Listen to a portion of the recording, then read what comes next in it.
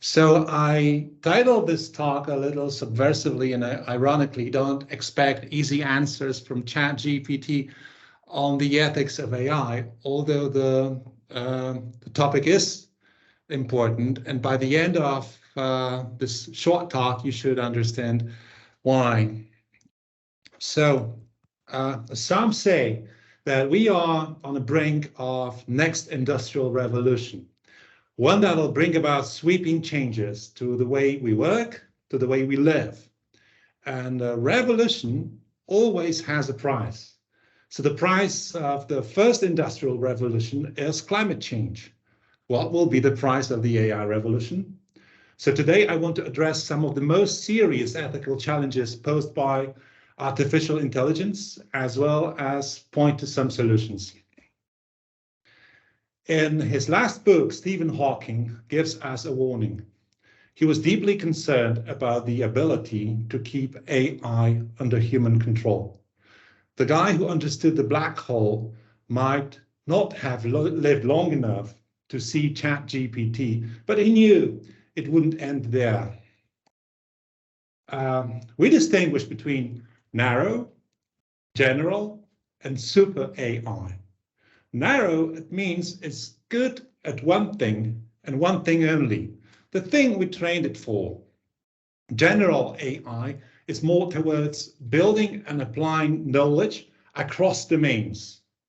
All we have had so far is narrow AI, including ChatGPT and the likes. And some say this is where we have hit a wall. Others, like Rail Kurzweil from Google, you know, the guy probably, the one behind many inventions, OCR, text-to-speech. So he believes we will have general AI by the end of this decade. And we don't know what's beyond the super AI because we cannot engineer the phenomenon of consciousness. We can only describe it in psychological, metaphysical, spiritual, or religious terms. And for this reason, we can't tell how, when, and if self-awareness in AI ever occurs or manifests itself spontaneously. Meanwhile, people seem to be losing trust in technological innovation, and much contributed to that. Social media platforms that we once associated with innovation contributed to breaking our communities into polarized and entrenched camps. Sharing platforms behind the so-called gig economy contributed to deepening of economic inequity. No wonder then that the coming age of artificial intelligence is surrounded with fears. You might have heard about job displacement due to automation, but this is just one of them. They're all legitimate and they all need to be heeded. Recently, an influential American think tank, Future of Life Institute, seeing a kind of an arms race between AI labs, has called for putting on hold the development of next generation models more powerful than GPT-4 for 6 months. May I please to go on mute? Yeah, for 6 months, and for governments to step in should the industry fail.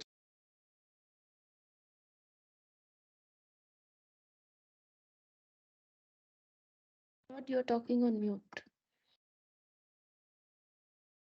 You're on mute. You're gone on mute. Yeah, unmute. We can't hear you. I don't know how come. Where did I lose you? 20 seconds ago. Okay. So recently, a very influential American think tank called for putting on hold the development of next generation models, AI models, for 6 months, more powerful than GPT-4, and for governments to step in should the industry fail to listen. And so far, the open letter has been signed by over 20,000 people, including very prominent ones. So we definitely need to talk about AI ethics, only how? The traditional textbook ethics sees technology as something morally neutral. I'll give you an example to better understand. Think of something that you would strongly associate with ethics. Think of a gun, okay? So you may be a gun manufacturer, or maybe a gun owner and user, or maybe, you know, you risk becoming a victim of gun violence or you know, an accident, knock on wood, of course. And each of these positions, they they have different expectations and needs when it comes to the ethics of the gun. So finally, these are addressed by gun policies. But without them, a gun is merely a device for projecting metallic objects at a high linear velocity. So I'm about to show you this, what I call morally neutral tech approach will not be a good fit for AI, because we have already built ethical concerns right into it. So first, there's a problem of moral agency. AI-powered self-driving cars in fully autonomous mode are supposed to act like a human driver. This means we have made AI in it into what we call a moral agent, which by definition is capable of acting with reference to some notion of right and wrong and being held accountable for these actions. Yes, you heard me well. Will AI be accountable for accidents caused by self-driving cars? Note that such accidents have already happened. Similar to this is the ownership of creation. And I don't know how about you, but as a designer and a recreational musician, I'm not 100% comfortable with AI generating images or music with prompt. So who owns the copyright? What if these systems trained on someone's creative work without asking for author's consent? You may chuck up stories like signing a record deal with an algorithm to the bizarre category, but the problem is very real. Patent offices in South Africa and Israel have already granted patent to an AI algorithm, giving it the same recognition as a human inventor. Next is bias. Machine learning can detect and apply statistical irregularities that we otherwise consider biased and therefore reject. A good example of that was the Apple credit card. When Steve Wozniak, so Apple co-founder, and his wife applied for it, he discovered that his credit line was about 10 times higher than that of his wife. The algorithm discovered about the gender pay gap, but it didn't know it was wrong.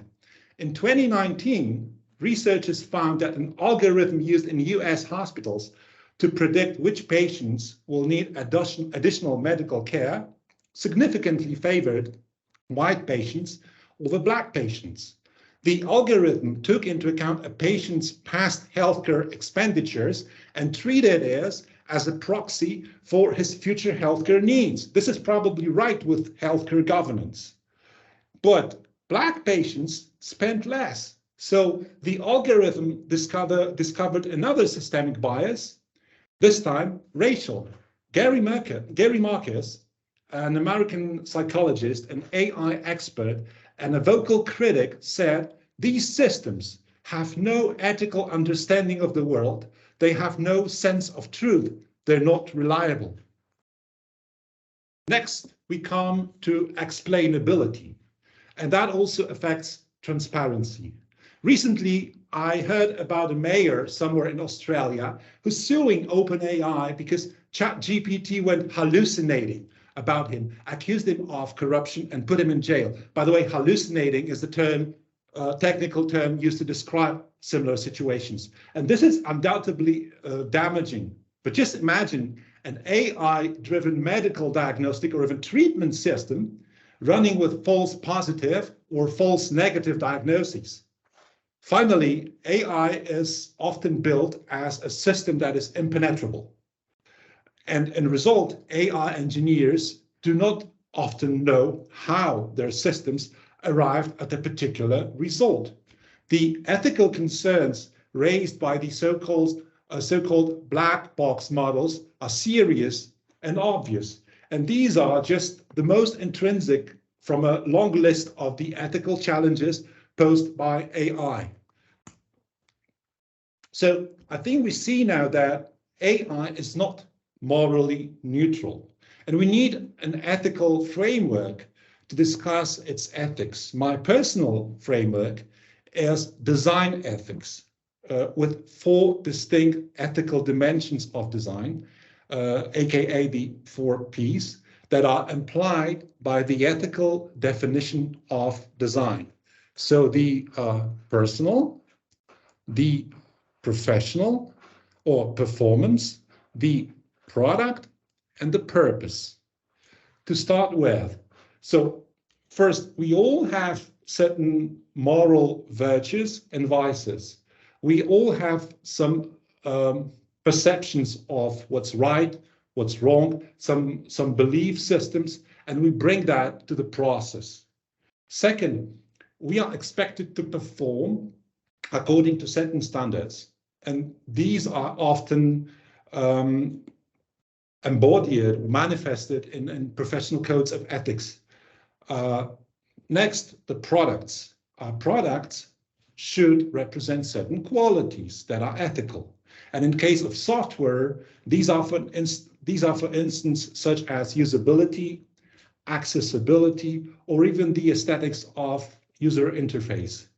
And finally, everything that we create has a purpose, and that purpose is subject to moral judgment. So I can easily imagine discussions about the personal or the performance aspect of AI ethics, and I have already showed you something about the product quality, or rather the lack of. But what exactly is the purpose of AI? Why do we do it? Just because we can? Or maybe for the money? So the purpose of AI, as described in the AI Principles, a statement that was adopted at a Future of Life conference in 2017 in Asilomar, is basically to serve the good of humanity. In 2020, the European Parliament voted on the EU initiative on AI, and that includes guidelines in areas such as human rights, human dignity, and human welfare. So today, several countries have already implemented or are in the process of implementing legal frameworks to regulate AI. In Europe, work is underway on the EU Artificial Intelligence Act. You may say what you like about the EU regulation, but one thing cannot be denied. It works. So maybe we should leave it all to the regulators and let them do the work on AI ethics. Well, not necessarily. First of all, ethics and regulation are not the same thing. Regulation stems from a political agenda and not an ethical one. And it can sometimes be just plain unethical. For example, China is regulating AI just to stifle dissent. Secondly, regulation is usually reactive, meaning it tries to catch up with the technology, and often it loses the race. And third, it is us, the tech industry, that is supposed to have all the resources and the expertise to figure it out and act on ethics. Research also shows that business is slowly regaining public trust, so you can see it here, while being seen as the most competent at the same price. And last but not least, the tech companies will sooner or later have to deal with AI regulation, whether we like it or not. So we better put the ethics into practice now. And I'll give you a few simple rules to start with. So it says rule number 2, but it's actually rule number 1. start with principles. Practical ethics always starts with principles. And there's even a great set of them out there. And they are open source, and they come from a reliable open source vendor. We all like Linux, don't we? Next, there are some open source tools and templates that are available for you, and you can use them to build trustworthy AI. But these should be used with caution, because over-reliance on tools and technology is one of many pitfalls you may fall in the way. So other like overemphasizing AI, defining what's already been defined, there can be some pitfalls related to how you organize the work on ethics in your company. You may do not understand or oversimplify some concepts. And the most serious pitfall that I see is making AI ethics a commodity. I'll tell you what I mean about it.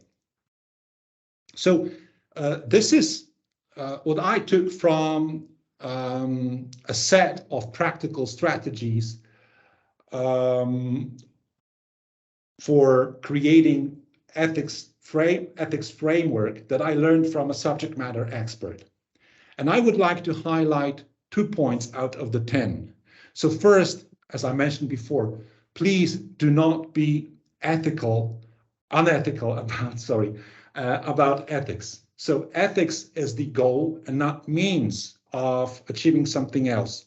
It shouldn't be done for PR. Actually, you have other means of managing your reputation. But it also should not be used, and I mean AI ethics, to co-opt critics or to capture the coming regulation. So ethics must not be commoditized. And second, our incoming workforce, and already today consumers, the Generation Z, they put a premium on protecting the environment, as well as considering the social impact and ethics at work. So they basically see work as an extension of their identity. They're motivated to succeed, but not at the cost of rising inequity, lack of fairness, environmental impact, or lack of ethics. So to conclude, I want to leave you with this message and an example of ethical AI that serves not only humanity as the goal that I showed you before, but other creatures as well, scientists and wildlife enthusiasts with renewable energy companies in America. They're working together and using AI to protect migrating and soaring birds from dying in collisions with wind turbines.